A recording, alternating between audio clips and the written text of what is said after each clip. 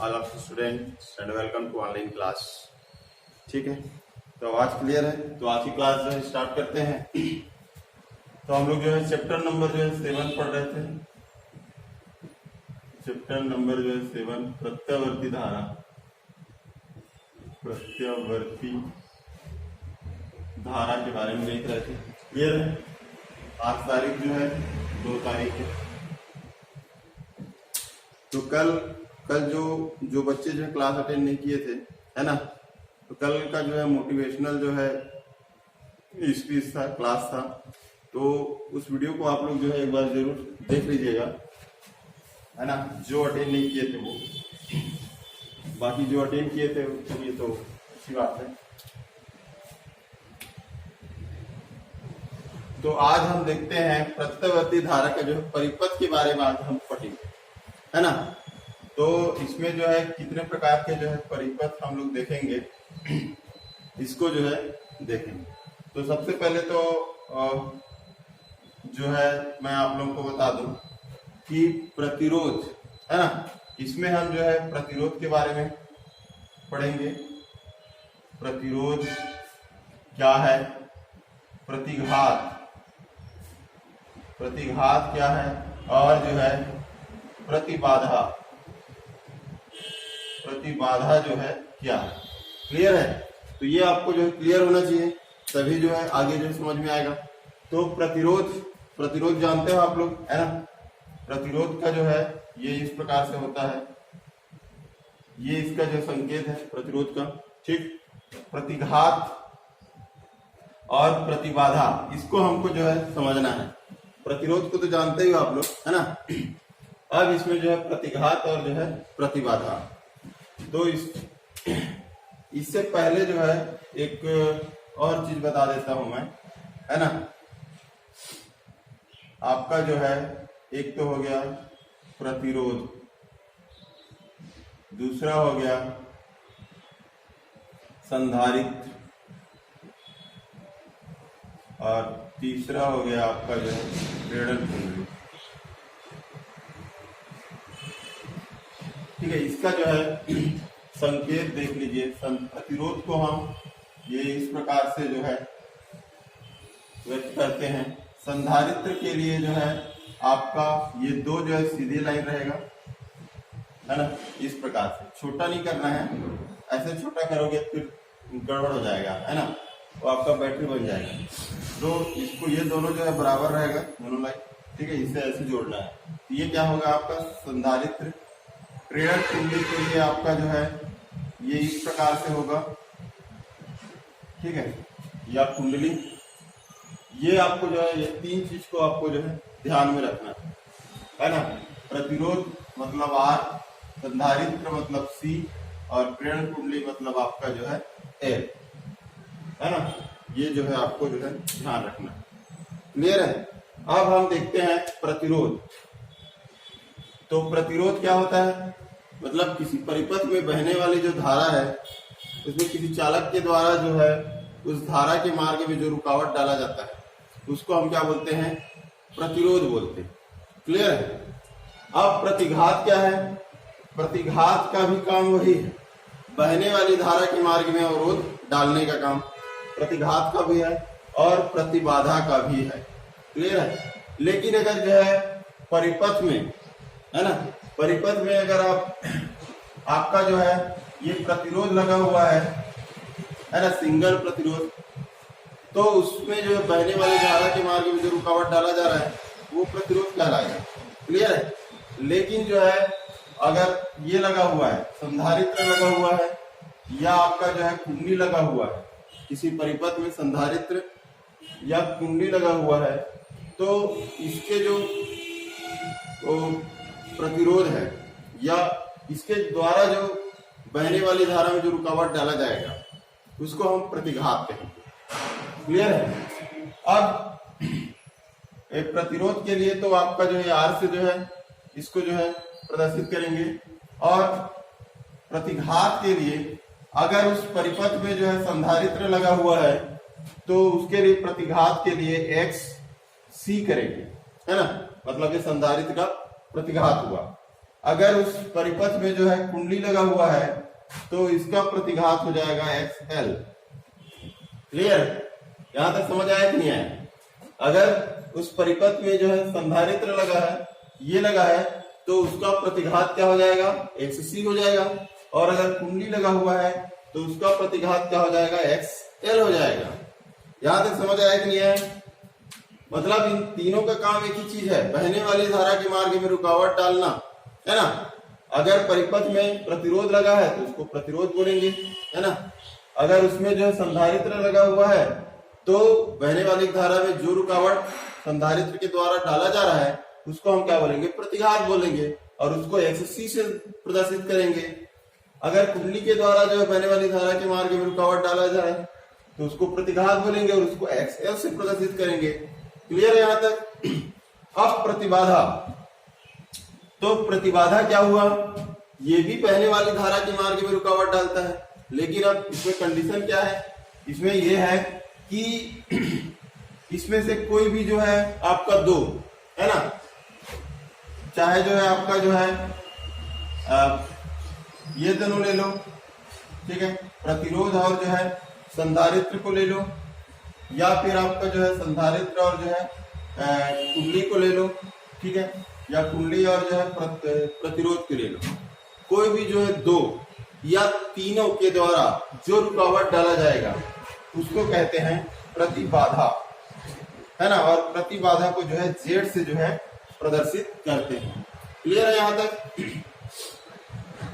यहां तक क्लियर हुआ कि नहीं हुआ, है ना।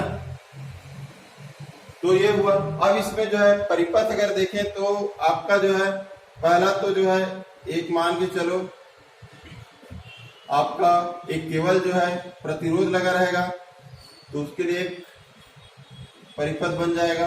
केवल संधारित्र लगा हुआ है तो उसके लिए जो है, और केवल जो है आपका कुंडली लगा हुआ है तो उसके लिए जो है एक परिपथ जो है बन जाएगा। क्लियर है? अब उसके बाद हम देखें तो आपका एक प्रतिरोध जो है C और R, इन दोनों को जोड़कर बनाएंगे तो CR जो है परिपथ हो जाएगा वो, ठीक है। फिर अगर हम देखें तो LC परिपथ हो जाएगा, L और C को जोड़ के बनाए तो, और छठवां हो जाएगा हमारा जो है LR जो है परिपथ, L और R को जो है जोड़ के बनाए तो LR परिपथ हो जाएगा, ठीक है। और अगला है हमारा तीनों को जोड़ दें तो L, C और R परिपथ, ठीक है। तो इतने जो है परिपथ हम जो है देखेंगे। क्लियर है यहां तक? तो इसके जो है अगर ये लगा हुआ है तो बहने वाली धारा के मार्ग में जो रुकावट डाला जाएगा उसको हम प्रतिरोध बोलेंगे, प्रतिरोध। और अगर C लगा हुआ है, संधारित्र लगा हुआ है, तो क्या बोलेंगे? प्रतिघात बोलेंगे, और इसको XC से दर्शाएंगे। क्लियर है? अगर L लगा हुआ है परिपथ में तो बहने वाली धारा के मार्ग में जो रुकावट डाला जा रहा है उसको हम प्रतिघात बोलेंगे, और इसको जो है XL से दर्शाएंगे। क्लियर? अब उसके बाद जो है, अब इस संधारित्र और जो है प्रतिरोध लगा हुआ है तो उसको जो है प्रतिबाधा बोलेंगे बहने वाली धारा के मार्ग में, ठीक है। तो इन सब के लिए जो है प्रतिबाधा जो है आ जाएगा, और इसको किससे दर्शाएंगे? Z से, है ना। तीनों जुड़ा हुआ है तब भी वो प्रतिबाधा है, और इसको हम जो है Z से जो है शो करेंगे। क्लियर है यहां तक? यहां तक समझ में आया कि नहीं आया आप लोगों को? बताइए भाई, यहां पे किसी को डाउट है क्या? क्लियर है ना? चलिए अब हम जो है आगे चलते हैं। अब हम जो है सर्किट देखते हैं, ठीक है, एक एक करके जो है। अच्छा, इसमें जो एक चीज और बता देता हूं, कलांतर। कला बताया था मैं आप लोगों को, है ना। कला क्या होता है? किसी क्षण पर जो है धारा की जो है स्थिति और दिशा को निर्धारण करने वाले कारक को कला कहते हैं। अब हम इसमें जो पढ़ेंगे कलांतर। कलांतर, तो कलांतर क्या हो जाएगा? कला में अंतर हो जाएगा, ठीक है। तो इसमें जो है कला में जो अंतर हम देखेंगे वो कैसा देखेंगे, आपका धारा और वोल्टेज के कला में जो है अंतर हम देखेंगे। ठीक है, धारा की कला और वोल्टेज की कला में जो है कितना अंतर है, इसको हम जो है देखेंगे। जैसे कि हम अगर I बराबर जो है I0 sine omega T plus अगर मैं फाई लिख दूं, फाई ये हो गया धारा का। अब वोल्टेज के लिए V बराबर V0 जो है साइन ओमेगा टी, है ना। मान लेते हैं ये जो है आपका दो समीकरण है, तो इसमें जो है कला में अंतर हमको जो है जानना है। तो कला में अंतर, कलांतर को जो है फाई से दर्शाएंगे और फाई बराबर हो जाएगा इनकी जो है कला, इसकी कला ये है और इसकी कला ये है, तो इसमें लिख दीजिए ओमेगा टी प्लस जो है फाई माइनस क्या हो जाएगा ओमेगा टी, इसकी कला। ठीक है, ये धारा की कला इतना हुआ और वोल्टेज की कला जो है आपका ओमेगा टी हो गया। अब इसको जो है ब्रैकेट हटाएंगे तो ओमेगा टी प्लस जो है फाई माइनस ओमेगा टी, तो ओमेगा टी और ओमेगा टी कट जाएगा तो बचेगा क्या आपका जो है फाई। ठीक है, तो फाई जो है बचेगा, है ना। तो ये याद रखिएगा, अगर मान लो फाई की जगह हम पाई बाई टू है, पाई बाई टू है, तो यहाँ पे जो है इसका जो अंतर आएगा कलांतर ये कितना होगा, पाई बाई टू होगा। क्लियर है, तो कलांतर कितना हो जाएगा, इसके बीच का अंतर कितना हो जाएगा पाई बाई टू, मतलब 90 अंश का जो है अंतर हो जाएगा। यहां तक समझ में आया कलांतर कैसे निकालना है। आगे हम ये सब करेंगे, है ना, तो फिर वो कैसे जो निकाल दिए, है ना, ऐसे जो दिमाग में आ सकता है, तो अभी से क्लियर कर लो, है ना। तो इसको जो है कलांतर इसी प्रकार से निकालेंगे, धारा और विभव के जो है कला में घटा देंगे, है ना, दोनों में अंतर को निकालेंगे, तो दोनों की कला को जो है घटाएंगे आपस में, तो जो बचेगा वही क्या हो जाएगा, उसका कलांतर हो जाएगा। क्लियर है यहां तक। अब हम आगे देखें, अब हमको जो है कलांतर जो है निकालने जो है आ गया। अब इसका जो है आरेख देखेंगे, है ना, आरेख देखेंगे तो ये है आपका जो है आरेख। ठीक है, मान लो ये धारा आई है और ये जो है वोल्टेज है, तो इस प्रकार से जो आरेख रहेगा इसको हम बोलेंगे धारा जो है आई, वोल्टेज से अग्रगामी, अग्रगामी है, ये अग्रगामी का जो है आरेख है। ठीक है, अग्रगामी के लिए, लेकिन इसमें क्या बोल रहे हैं हम, धारा जो है, धारा आई जो है वोल्टेज से अग्रगामी है ना। तो याद रखिएगा ये वोल्टेज है और ये धारा है, ये धारा ऊपर में है मतलब अग्रगामी, ऐसा जो है आपको मानना है। ठीक है, समझने के लिए। दूसरा चीज पश्चगामी के लिए ऐसा आरेख बनेगा, ये एक्स वाई है, ये आपका जो है आई हुआ, ठीक है, और ये जो है आपका जो है वी हुआ। क्लियर है, इसको टाल, तो ये इधर आपका जो है एक्स अक्ष पे आई है और वाई अक्ष पे क्या है वी है, तो ये क्या हो जाएगा, धारा आई जो है वोल्टेज वी से पश्चगामी है। क्लियर, यहां तक समझ में आ रहा है, क्लियर है ना। एक एक चीज को क्लियर कीजिए भाई, तभी तो आगे जो है समझ में आएगा, फिर अग्रगामी पश्चगामी फिर दिक्कत हो जाएगा आपको, है ना। तो अग्रगामी के लिए इस प्रकार से आरेख बनाएंगे, पश्चगामी के लिए इस प्रकार से। अब इसको जो है दो तरीके से पढ़ा जा सकता है, एक तो ऐसा पढ़ सकते हो आप कि धारा आई जो है वोल्टेज से अग्रगामी है ना, या दूसरा ऐसा पढ़ सकते हो कि वोल्टेज जो है धारा से जो है पश्चगामी है। ठीक है, मतलब इस आरेख को दो तरीके से पढ़ा जा सकता है। अगर धारा के बारे में पढ़ाएंगे तो धारा के बारे में बोलेंगे तो क्या बोलेंगे, धारा जो है आई जो है वोल्टेज से अग्रगामी है, लेकिन इसको दूसरे शब्दों में हम क्या कैसे बोल सकते हैं, वोल्टेज जो है धारा आई से पश्चगामी है। समझ में आ रहा है कि नहीं। तो आपको जो है ध्यान देना है, अलग अलग बुक में अलग अलग लिखा रहता है। अगर धारा के बारे में बोला जाए तो अग्रगामी लिखा रहेगा, और वोल्टेज के बारे में अगर बता रहे हैं तो वो क्या पश्चगामी लिखा रहेगा, है ना। तो एक बुक में कैसे अग्रगामी, दूसरे बुक में कैसे पश्चगामी लिख दिया है ना, ऐसे दिमाग में आ सकता है। यहीं पे क्लियर कर लो। अगर आरेख इस प्रकार से बना है तो हम इसको बोलेंगे धारा आई जो है वोल्टेज से अग्रगामी है। क्लियर। और अगर ऐसे आरेख बना है तो इसमें हम बोलेंगे धारा आई जो है वोल्टेज से पश्चगामी है। ठीक, क्योंकि यहां पे देखो ये वाला जो है y अक्ष आगे है मान के चलो, है ना, और ये पीछे है, तो I क्या है, पीछे हो रहा है, तो I जो है वोल्टेज से पश्चगामी है। क्लियर। यहां तक समझ में आया कि नहीं आया? और ट्रेस कर लीजिए दिमाग में, है ना, जो आगे रहेगा वही अग्रगामी होगा। जैसे कि यहाँ पे I जो है B से जो है आगे है, ऊपर है, तो ये अग्रगामी है। यहाँ पर V जो है विभव जो है धारा से जो है आगे है, मतलब ये जो है अग्रगामी है मान के चलिए। ठीक है, लेकिन हमको क्या है बताना एक ही फॉर्म में है। जैसे धारा को बताओगे तो धारा को अग्रगामी या पश्चगामी बताओगे तो ज्यादा अच्छा रहेगा, उसमें कंफ्यूजन नहीं रहेगा। तो इसमें हम धारा को वोल्टेज से अग्रगामी बताए हैं, तो इसमें हम बताएंगे धारा वोल्टेज से पश्चगामी है। क्लियर। यहां तक समझ आया कि नहीं आया? बताइए भाई।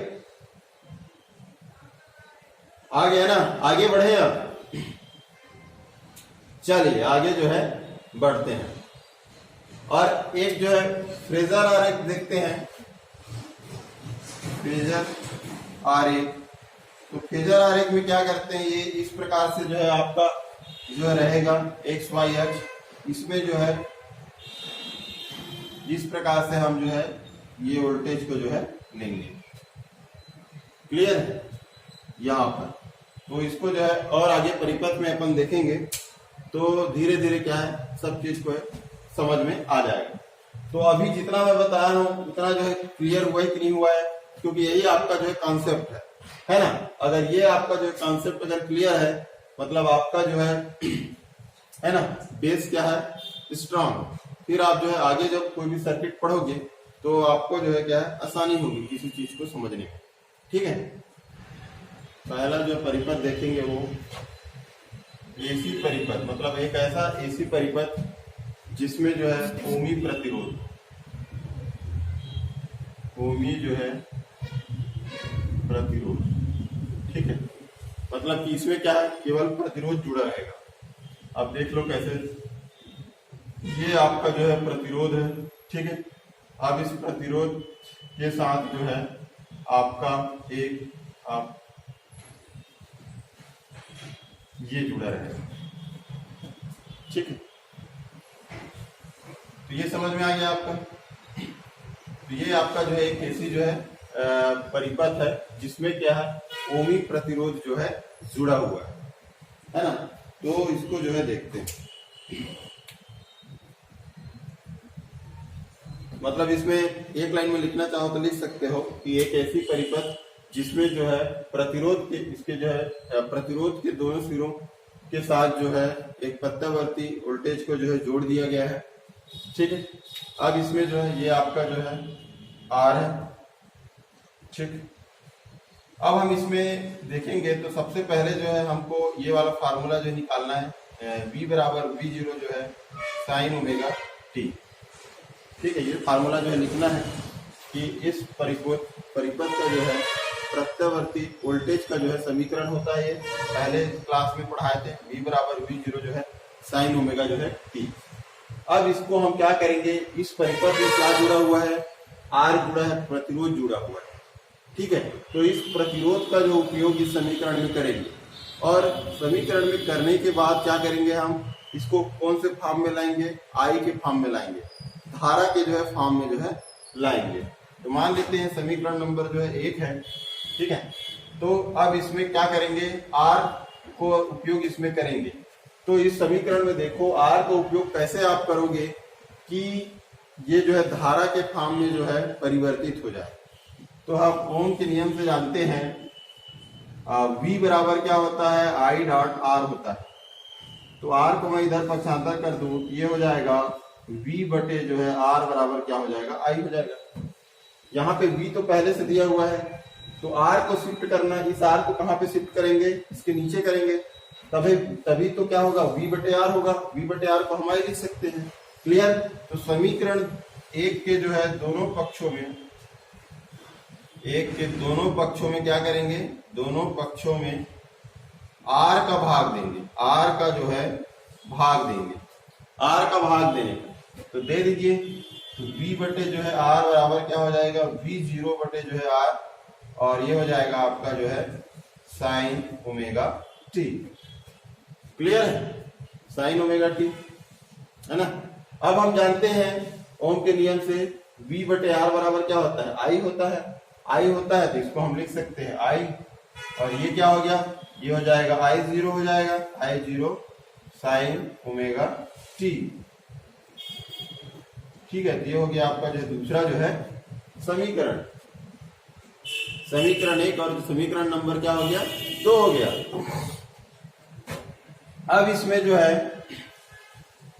ना, यहां पे क्या है, v0 बटे जो है r बराबर क्या हुआ, I हुआ, है ना, v0 इतना बराबर जो है I0। ठीक, ये हो गया समीकरण 1, समीकरण 2। अब इसमें जो है कलांतर अगर निकालोगे आप, कलांतर, तो कलांतर निकालने के बताया हूं मैं, क्या बताया हूं, है ना, धारा की कला और वोल्टेज की कला को जो है हम माइनस कर देंगे, घटा देंगे।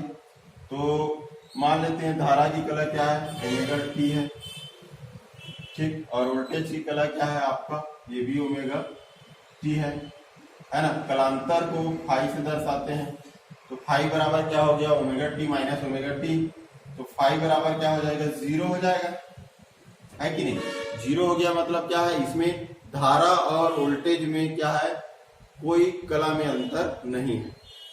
समझ में आ रहा है कि नहीं, यहाँ पे कोई मान आता तो क्या बोलते हैं, इतना कला जो है इसमें अंतर है, लेकिन तो 0 आ गया मतलब कि धारा और वोल्टेज क्या है, समान कला में, इसको हम क्या बोलेंगे, समान कला।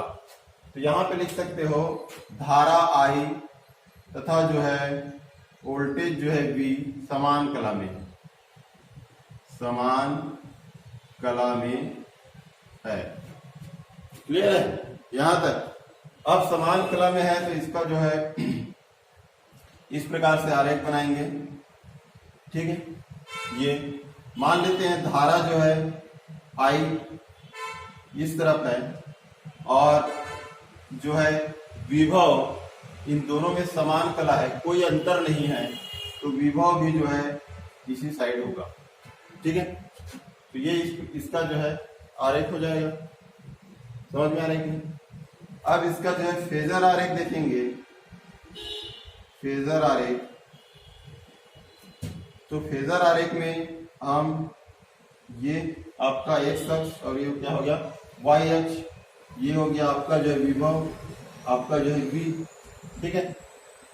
और इसके बीच बनने वाला जो कोण ये हो गया आपका जो है ओमेगा जो है T है, ठीक है। तो आपका जो है वोल्टेज के लिए भी जो है कला क्या है, ओमेगा टी है, और धारा के लिए भी कला क्या है, ओमेगा टी है। मतलब कि यहाँ धारा भी जो है आएगा, ठीक है। वोल्टेज इसके साथ ओमेगा टी बना रहा है, धारा भी जो है ओमेगा टी बनाएगा, क्योंकि दोनों जो है क्या है, समान कला में है, ठीक। तो ये आपका जो हो गया इसका जो है फेजर जो है आरेख। क्लियर, समझ